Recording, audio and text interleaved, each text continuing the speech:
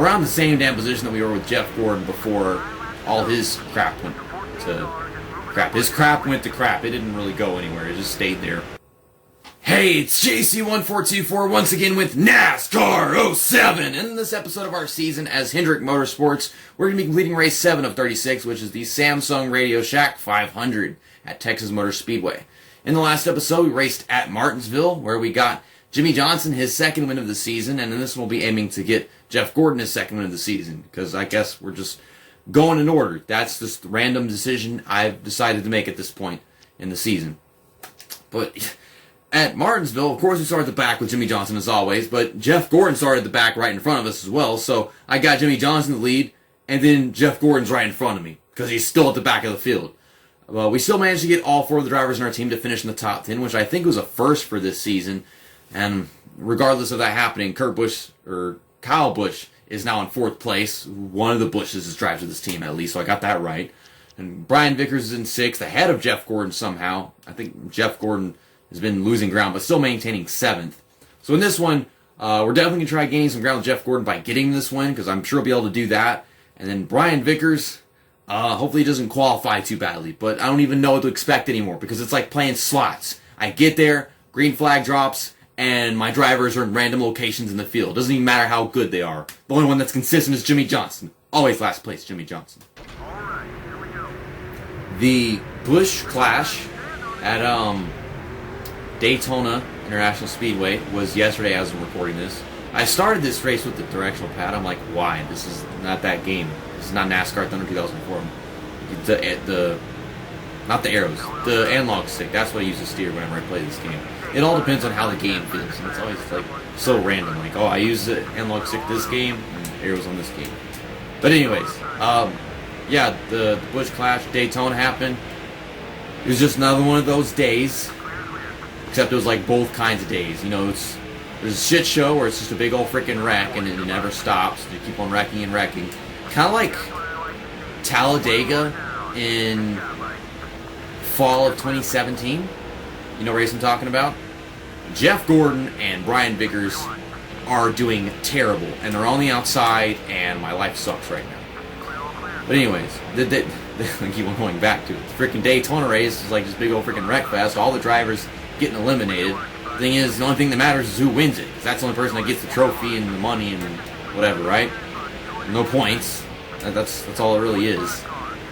So it's freaking eliminator competition.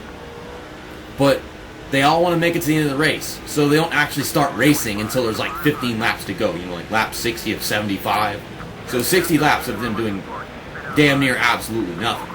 And they do that at super speedways a lot already as it is, so it's like it's just both. I almost ran into Reed Sorensen. JC, you need to stop talking about the stupid race at Daytona and focus on this stupid race at Texas.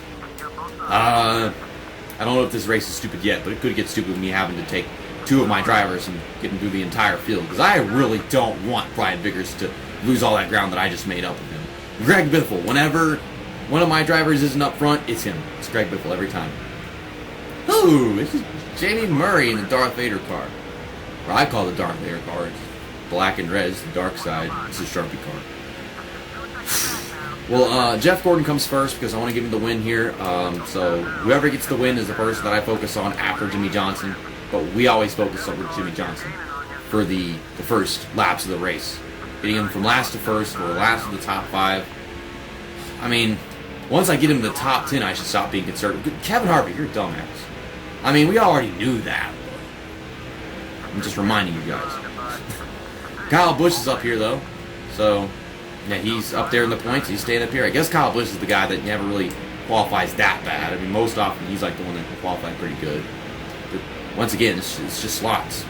We got Jimmie Johnson in the top 10. I was just saying, I don't even have to worry about getting him the top 5 because he's freaking 120-something points ahead of Greg Biffle right now, I think. So we're fine with him. Let's switch to Jeff Gordon now. Jeff Gordon, you good? Jeff Gordon's good. Oh my gosh, I let off the gas! I should have waited. I should have... No. Don't. Thank you. I should have waited to give myself control of the car. Because I saw he was in the turn, so I tapped the X button so I could get control, and then I didn't hold it down. I just tapped. And I was turning all the way. That's some biased fucking bullshit right there. What is that? Where I'm turning all the way, I tap the X so that I can take control of the car, and as soon as it gives me control of the car, my steering input means less than the computer's steering input. I was not applying throttle. There's no sense in that. That's bullshit. Bullshit. This is bullshit. It's hardly coming into focus. I don't know the rest of the lyrics of that Rise Against song, but I love Rise Against, and that was bullshit. Video title bullshit. I don't care if it's demonetized. I really don't give a crap at all. As long as you guys know what you're in for whenever you see the title. That was bullshit. I don't want to else tell you guys. I tapped the X button to give myself control of the car, and it automatically just started steering way less. Okay, well, I'm done ranting about that. We're done talking about Daytona, and we're done talking about Darth Vader McMurray. Oh my god. Fucking hell, man. Here we go. It's never gonna end here. I get it. Stop giving my fucking floor an orgasm. Vibrating the crap out of that. Those physics. Oh god, I didn't see that part. Well, we nailed Denny Hamlin. He didn't get nailed enough as it was at the Clash. Yeah, I needed to see more perspectives of that one because that was wonky. I'm guessing everybody's pitting now because we're skipping quite a few laps of these cautions, right? No, nope, they're not pitting. So I'm gonna stay out. We're gonna pit with them. If they pit, then we pit. How else is to win this race? Jeff Gordon. Whenever his car is taking a physics beating by this game. The game didn't like me acknowledging that it's bullshit. Stop with the mirror. That's not helping. I gained a position since the last restart. That. My car still looks perfectly fine. Elliott Sadler, try me, bitch. Try me, bitch. Elliott Sadler. Oh my god. I'm letting out the gas off the corner on the restart and struggling to not hit the wall. Like, I'm taking some damage. At least I think I have. His car is so much tighter than Jimmy Johnson's. Question. Why? Why? Why is his car so much tighter than Jimmy Johnson's? Jimmy Johnson's car would not be good without Jeff Gordon. Jimmy Johnson wouldn't be good without Jeff Gordon. I'll say it right now. Hot take. If Jeff Gordon had not mentored Jimmy Johnson would have not won but like 1 or 2 championships. Stupid Jeff Gordon over here's giving all his advice to Jimmy Johnson and losing focus on his career. I think if Jeff Gordon had never had Jimmy Johnson like join the team or whatever, he could have worked with somebody that wasn't actually that good, like, you know, Kyle Busch or Brian Vickers or Bobby Labonte, Terry Labonte, and then he could have just had that guy push him to the win in all those freaking races. Not Jimmy Johnson. Jimmy Johnson comes along and then Jeff Gordon's got to make him better than himself, and he did. And watching it unfold was like ridiculous. Because remember, I was born. I came to the world. This NASCAR world was like, Jeff Gordon is amazing. He's the greatest driver of all time. He won 13 races, 1 season. And then suddenly, like, there's Jimmy Johnson. I'm like, okay, Jimmy Johnson's okay. And then I keep on hearing Jeff Gordon helps Jimmy Johnson. Jeff Gordon works with Jimmy Johnson. And then Jeff Gordon doesn't have Chad Canales anymore. Now Chad Canales is with Jimmy Johnson. I'm like, fuck, Jeff Gordon gave all his shit to Jimmy Johnson. I swear, there's something up with that. Like, I always thought that if Jimmy Johnson had come along with this team and Chad Canales was stuck with Jeff Gordon, it would have been like the complete opposite.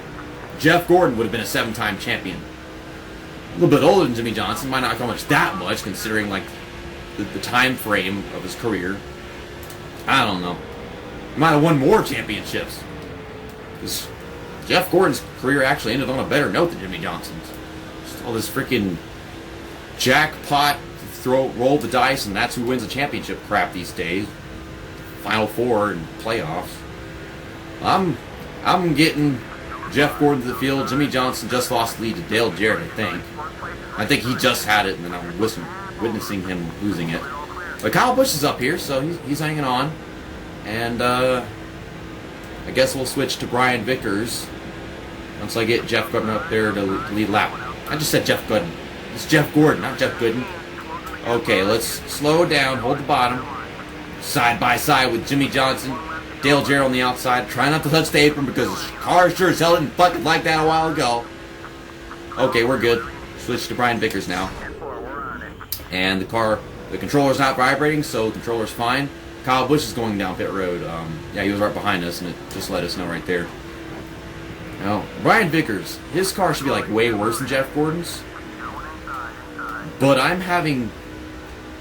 maybe I'm only having less of a problem driving this car, considering the fact that I was just driving Jeff Gordon, so I adjusted that. But I swear, like, this car is easier to drive than Jeff Gordon's. And I think at this point, the game's just being fucking stupid. That's my take on that. All my drivers down pit road, and I'm just driving around circles. Brian Vickers led a lap. Cool. We're going to get Brian Vickers to lead one more lap. And I guess I'll switch to Kyle Busch because he hasn't led a lap yet. Controller still doesn't vibrate, so yeah. No diving into the infield glitch. The funny thing is, if someone's never watched or never seen footage of this game before or knows what I'm talking about with all the driver switching crap, they're like, what are you talking about? Are you talking suicide diving into the infield? Like, what are you talking about? It's a glitch. It happened in NASCAR 06 and it happens in this game. I did some test runs of this game and it happened over and over and over again. I don't think Brian Vickers is going to come off pit road in the lead, even though I did just won him for like 4 or 5 laps, just all out, real good. But he should come out maybe just outside the top 10. I don't know if he'd be in there. Ugh. Get the fresh tires making me steer a little too much. I'll keep on driving the apron. We'll spin the car again. Oh my gosh, it's tightening up whenever I'm entering the corner like this. Bobby Labonte's in the lead. I haven't seen him leading a race since the Daytona 500, where NASCAR and MDK was our guest commentator. Okay, Brian Vickers coming off, and like I said, should be right outside the top 10, if not in the top 10, because he was just leaving pit road whenever we went into turn 1. But we got Kyle Busch in the lead. I don't know if we led a lap with Kyle Busch just yet, but now that Jeff Gordon's up here, he's kind of a few paces back. I guess he didn't have a good pit stop because he was in the lead whenever he went down pit road. That's the position I put him in. So we got that with Kyle Busch. Let's switch to Brian Vickers now and do some business with him. We are all over the place in this field. He's actually 23rd. I thought come on, man. I thought he'd be a lot higher than this, or a little bit, if anything, like 15th at the lowest, but 23rd. Dang it, man. Well, I'll pass as many cars as I can with this guy. I say cars. Pass as many cars, get with Brian Vickers, and that was good to Jeff Gordon. Sometimes you're trying to say something and you almost say something else, but you save yourself, but you still sound like you're not even saying the word properly. You got the dumbest accent. It's an inexistent accent because you almost said something else. And it's noticeable that something stupid going on. I don't want to pass people on the outside. Though if I did that, I was going to say, save it. Oh, good job, Brian Vickers. You're so talented. I was going to say that if I pass people on the outside, it'd probably look cool, because I keep on passing people on the inside. But I'm trying so hard to get to the inside to touch the apron again. That's more of the bullshit with this game. It's got the bullshit with you switching cars, and then whenever you take control of it, it stops working. And then you got try to switch to a car, and then it dives into the infield, suicide. And then you touch an apron, and the whole car goes tornado on you. This video's full of bullshit. What is this? I don't know what that cutscene right there is for. I don't know what it actually is. We're 20th. We're around the same damn position that we were with Jeff Gordon before all his crap went to crap. His crap went to crap. It didn't really go anywhere. It just stayed there. Kyle Busch is still in the lead, leading laps. I don't know which driver on my team is getting the most laps led, but it's definitely going to be one of my drivers. Either that or like Greg Biffle or something. But we've had Greg Biffle in the lead, Dale Jarrett in the lead, my car is tight, and Bobby Labonte in the lead. Okay, I don't know how tight this car is, but I feel like I'm going to be driving up into people. I don't know if this is a good thing or a bad thing, because we might have just like saved ourselves some time with this field being so damn spread out, and then it gets all root back together. I don't know if we lost a lap or gained a lap, but either way it's probably good for us. I'm trying so hard not to hit the people on the outside of me, but you get so much oversteer and you get such big runs, and you haven't got anywhere to take the darn thing. You get run, you ain't got nowhere to take it. Like, I don't want to go on the outside, get crushed in the wall, but they're side by side. I can't go in the middle, because then we get stuck to them and wreck. I have hardly any choices. Okay, we're running out of time. Jeff Gordon's running 4th, so I say about the end of this lap with 2 to go. We'll switch Jeff Gordon, and we'll see if we can get him to victory lane, which we should be able to do. If not, it'll be Kyle Busch, and then we can focus on Jeff Gordon again, and then skip over Kyle Busch for the other race. I don't know, we're really on the move with Brian Vickers right now. Okay, this is going to be a really good race for our team. Don't get tight in the front stretch. Switching to Jeff Gordon. Got with Jeff Gordon. We got Kyle Busch in the lead. Jimmy Johnson is running the outside, but he's in second. And wow, Jeff Gordon's car is so much faster than I thought it was. I probably could have gave it a whole nother lap with Brian Vickers. We got ourselves up here and finished 1, 2, 3, and 4 at Texas, which is technically my home track, by the way. It says I'm bump drafting. I'm not trying to. We gonna lead this lap? Yeah, we lead this lap with Jeff Gordon. White flag is out. And this is gonna be our victory lap here. We'll be fine. Don't fucking hit the apron. JC, you suck. It's so hard to not hit the apron because you get hella understeer if you don't let out the gas, but then you get hella oversteer if you let out the gas a little bit like you're supposed to. It's so confusing. But we win here with Jeff Gordon, his second win of the season. Kyle Busch in second. Jimmy Johnson in third, I suppose. And yeah, that is correct. And Brian Vickers finishes in sixth. So we almost had them all in the top 5. But still, that was our best race yet of the season. And we had 3 cautions. All drivers on my team. From a visual standpoint, it was all our fault. All these cautions happened. We weren't racing the race. That made our race more difficult. Or easier, I don't know. I don't know if the cautions made the race easier or more difficult. Would we have accomplished as much with the cautions or without the cautions? We're doing donuts on the finish line. Big, giant donuts, because everything's big in Texas. We got to do some donuts on this the Samsung Radio Shack logo. It's funny because this is my home track, and then this race is sponsored by Samsung, and these days, all my phones are Samsung phones.